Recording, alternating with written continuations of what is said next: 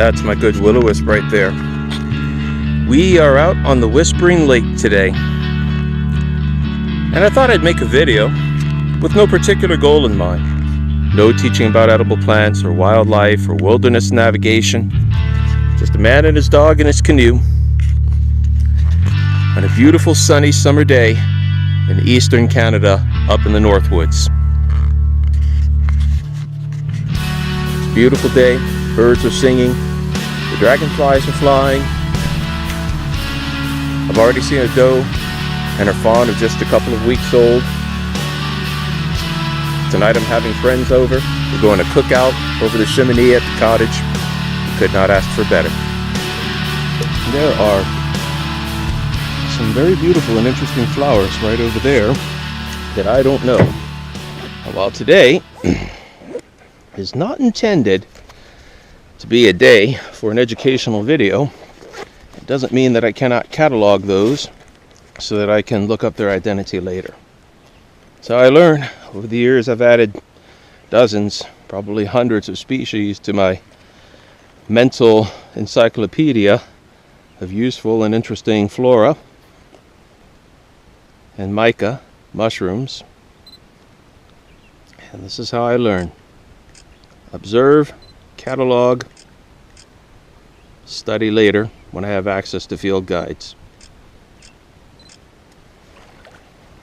Let's go take a look at the carnivorous pitcher plants. This lake has several beaver colonies as well as muskrat colonies in it. It's also a regular territory and breeding ground of the common loon, which is the quintessential emblem of Canada. And the lake is almost a mile long and maybe a third to a half of a mile wide.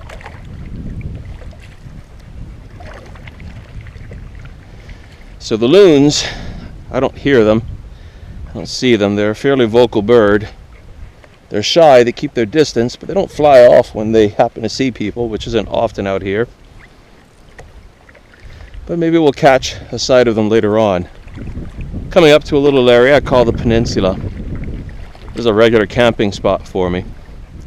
It is exactly what I call it. It's a little peninsula of land that sticks out into the lake. So it's surrounded by water on three sides. And I use this so regularly I keep a small supply of firewood and a small cache of food and water hidden up in it. So when I come here, well, I always bring a little fresh gear, but I could come here with no more than a sleeping bag and be adequately supplied for several days. Of course, since I come here on a canoe, well, this canoe is a 16-footer, and it's rated for me plus about 800 pounds of cargo. Me and my wife, and 700 pounds of cargo. It's enough cargo to go for weeks, for us, months. You know, I've sailed blue water on the North Pacific, gone out far and far for weeks at a time. And it's a beautiful thing being out there with a sailboat, nothing but your two hands, the sun, the sky, the sea, your eyes to measure the wind and the mountains. But nothing really gets you as close to the world of water and the earth and sky, I think, as a horse or a canoe. The sailboat was great, but for getting on water, a canoe is something special. For getting around on the land, if not your own 2 feet, then a horse. One of the things I love about canoes and horses is wildlife that would ordinarily be very cautious of people is not so cautious in the presence of canoes and horses. Animals don't see gestalts with the clarity of humans. Humans are very, very good at picking out even the subtlest patterns within a visual background. Animals are not so much. It's interesting. Big layer of foam there. It actually looks to me to be an enormous mass of tadpole jelly. In fact, that's exactly what this is. It starts all the way out here where my oar is touching it, You can see it floating all the way there. It looks like scum. It's the leftover gelatinous mass of frog eggs. I'm not sure what kind of frog. I don't claim to be an expert in amphibians. Fascinating, though. Nature is amazing. What looks like a pile of sticks just over there, that's one of the beaver lodges. I'm not sure if that one's still active or not. There are beavers in the lake, but I don't know. We can go over there and see if there's any signs of fresh activity.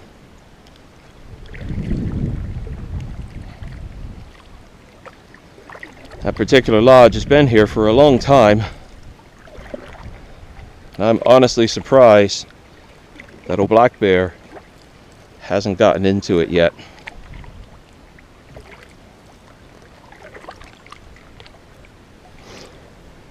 It actually looks like it's been dug out. I think something got to those beavers and it's no longer an active lodge, but there are other beaver lodges on this lake and there will be other beaver lodges here. They'll be back. But even this cut wood does not look very fresh. This wood hasn't been worked in at least a year. So, since the last time I camped here, this beaver lodge has been cleared out.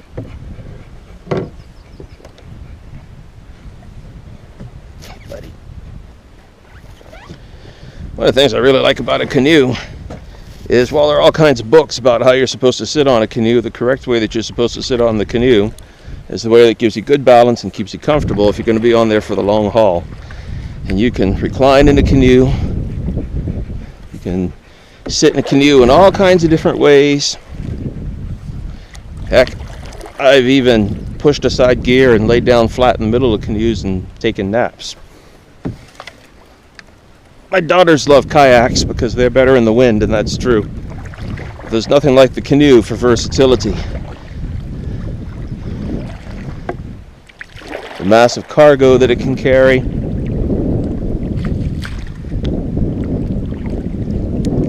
And its potential for comfort while you're traveling just really cannot be beat.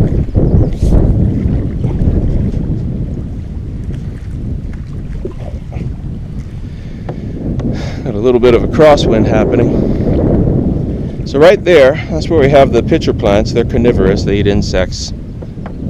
The blossoms happen earlier in the summer. You might be able to see some straight out there. The blossoms begin sometime in June or July. You can see some straight out there. They're about 30 feet away. Oh, there we have one right close. I'll get it nice and close to that one.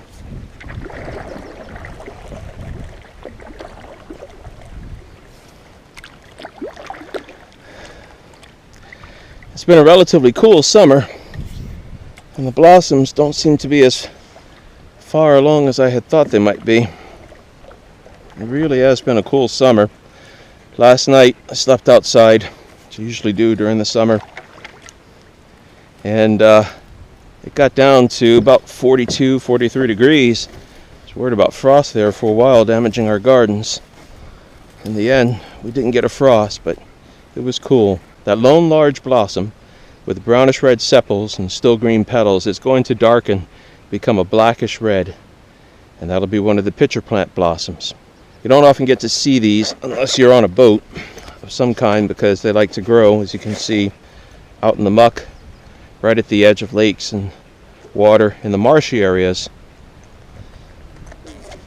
where you just can't walk close to them. There. Now those are documented for later cataloging. Oh, we suddenly have a strong wind kicking up. That might change plans. Let's hope not.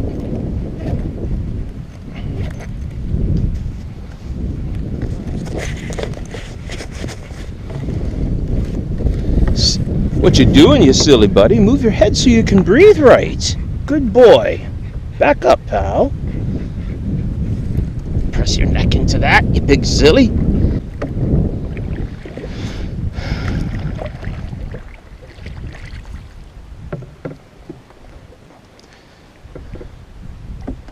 There's a lot more pitcher plants right over here. They're fairly abundant in here. It's good to see.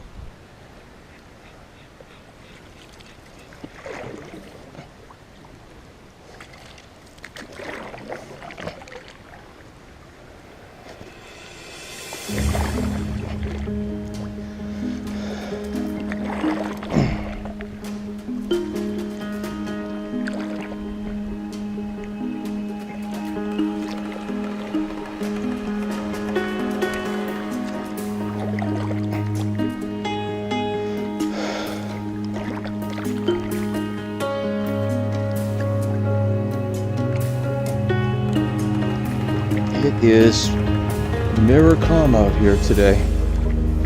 Had a little gust of wind, and it was as if it harbingered a dead and complete calm.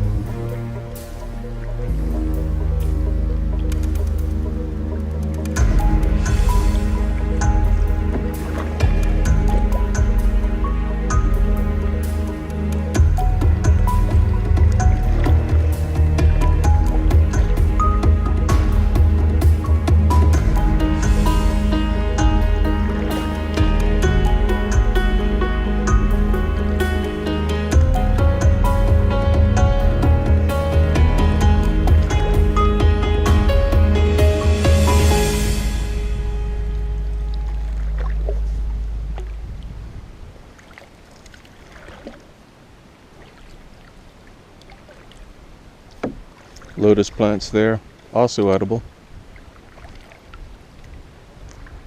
Nature gives us a lot of gifts, and living in the Nova Scotian bush is almost like living in a buffet, if you know what you're doing. There's no reason for a man to ever starve out here, winter or summer. The Alaskan bush, that was hard country. 1,000 ways to die there. Man could easily starve or freeze to death, break an ankle in the tundra, which is Eskimo for ankle breaker.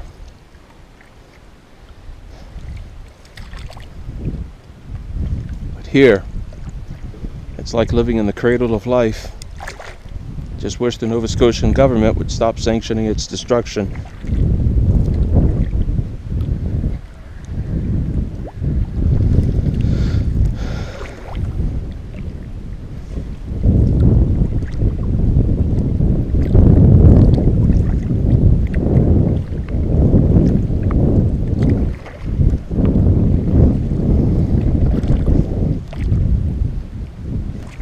Catching a little bit of starboard side crosswind there, so we'll paddle off the port side. And no sooner do I switch sides with the oar than the wind cuts down to almost nothing again. I think the wind is just going to play games with us today. Mostly be just about nothing. How you doing, big dog? Trout jumped right up there. There's a few trout in this lake, not very big. I've never been able to get myself to go fishing for the trout in Nova Scotia waters. I've never been really much of a fisherman. I've fished quite a bit, but it was subsistence fishing. There's another trout. Maybe they're rising to bugs now. Fished quite a bit in the Alaskan bush, but it was subsistence fishing. We'd pull out red salmon, sockeyes, kings, or on the blue water.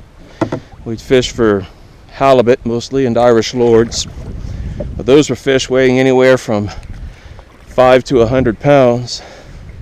We would catch enough to sustain us for weeks and months at a time.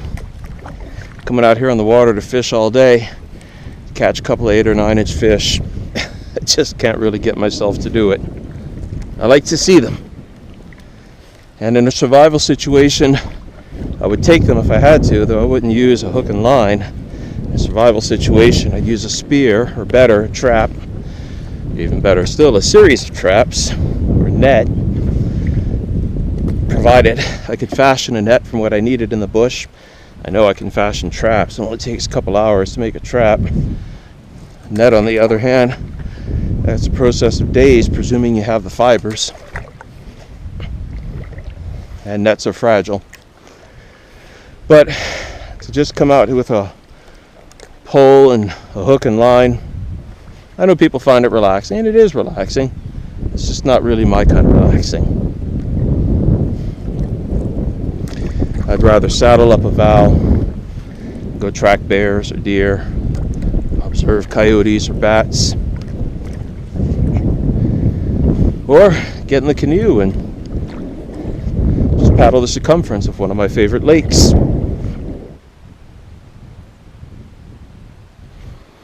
Something caught Will-O-Wis's eye over there. Maybe he saw a deer.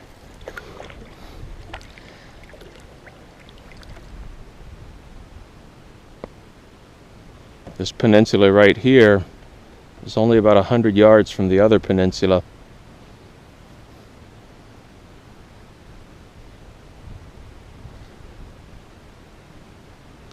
But it has more thorough tree coverage and the ground appears to be higher. At the other peninsula over there, if you hike 50 yards back from the campsite, it starts to get wet. This might be higher, drier ground. Could be good if there's some open space up there between the trees where one could pitch a tent. There is actually a small spot for a tent over at the peninsula where I've been camping for years. I'm partly responsible for that area.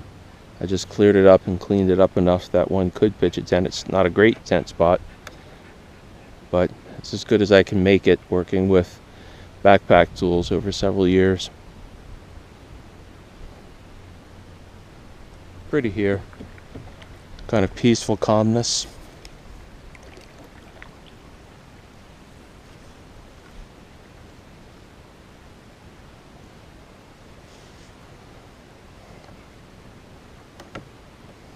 What do you think, buddy? Looks nice here, doesn't it? It does. Looks very nice here.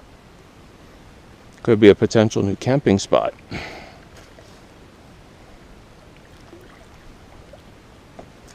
don't think so though, pal. It's pretty right here on this little stretch of trees, but there's nothing but this little stretch of trees. Beyond that, it's just a thicket. It'd be very hard to get through that.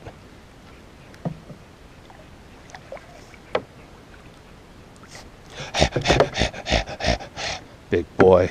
Big boy takes big breaths. It's okay, buddy. It's all right. Just gonna put that beside you. Good dog.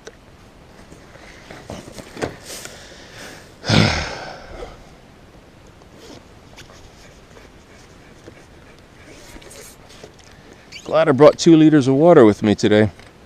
It's not that hot.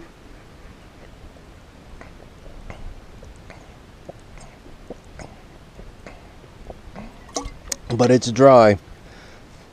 And I'm going through the water pretty quickly.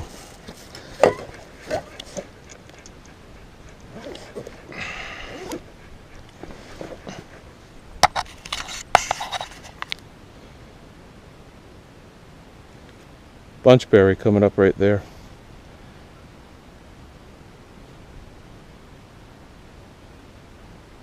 I hear waterfowl that way. Probably the loons.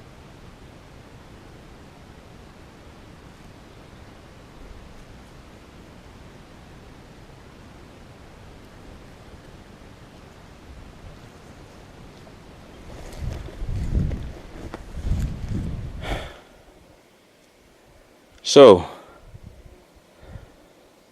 I came across quite a bit of this. This is Labrador Tea. I've been looking for Labrador Tea in this region for years, and I was absolutely delighted to find it. And I've already gotten a fair bit of it, just stuffing it into bags as I go. Normally I wouldn't use plastic bags for foraging, but I'm only here after tea, so I won't be here long. It'll probably take me just 20 or 30 minutes to get all the tea that we're going to need for a year. If you've never tried Labrador tea before, the stuff is wonderful. It adds an absolutely delicious sharpness to black tea. It adds a special something to ordinary herbal teas, and it makes a wonderful herb as well. Just add a few leaves to broth or stew, soup, anything that you may be cooking, or if you're going to cook meat, especially wild game such as partridge and pheasant or venison, but even our free-range chickens work well for this. You make a strong tea out of it and then cook the meat in that tea. Just let it really soak in the flavor, and it's absolutely wonderful. I suspect, given that special wonderful sharpness this adds to beverages, that this is also going to go really well in some wild forage root beer that I plan to make this year from local sarsaparilla that I've found growing in the meadows. Well, time to get to work. The canoe is tucked into the shrubbery just over there about 10 yards away, but it's not that I have a long hike in or out or anything, but the weather is promising to change. Where's my boy? Come on, buddy. We gotta go to the canoe. You ready to go home? Come here. Want to go home and get some people food and water?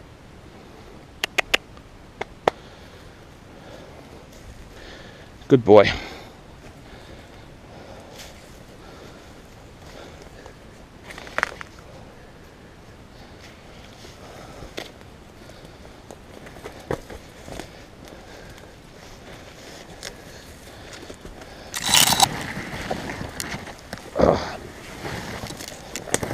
Something of a mess up in here.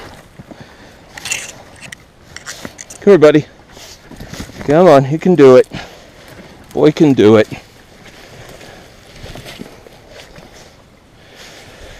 Oh, you know what? This all can go right in here. No, it's a little too compacted. Dommage.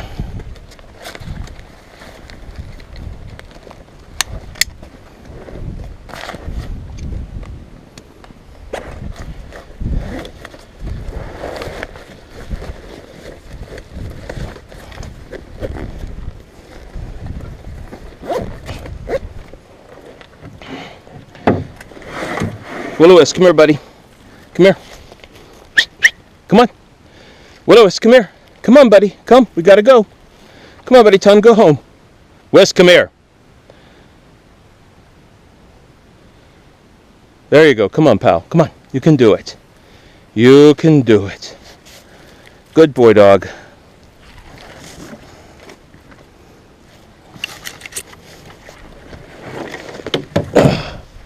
We're gonna have to put you where Daddy usually goes, buddy. Come here. Come on, pal.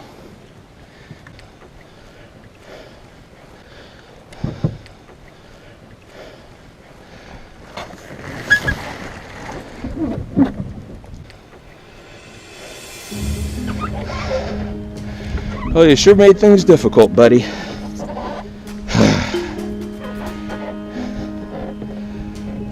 All right. Can you move forward a little bit? Just a little? There you go. There you go. All right. So, it was a little too deep to walk Will-O-Wisp up to the front of the canoe and get him out of here, but that's okay, because the trailhead I'm going to is just over there, just maybe 300 yards away.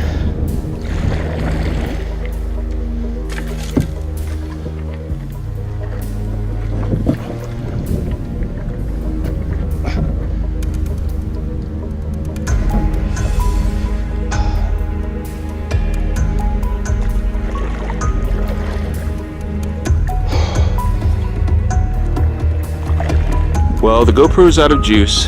Time to switch to the Sony and finish this up. But it was time to go anyway.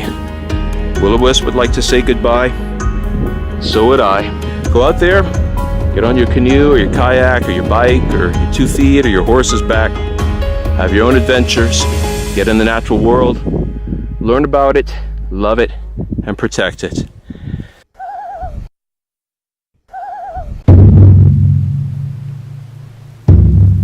Keep watching to learn more about the natural world and the joys of getting to know it. As always, go soft, go gently, and leave no trace. Let's go home, boy.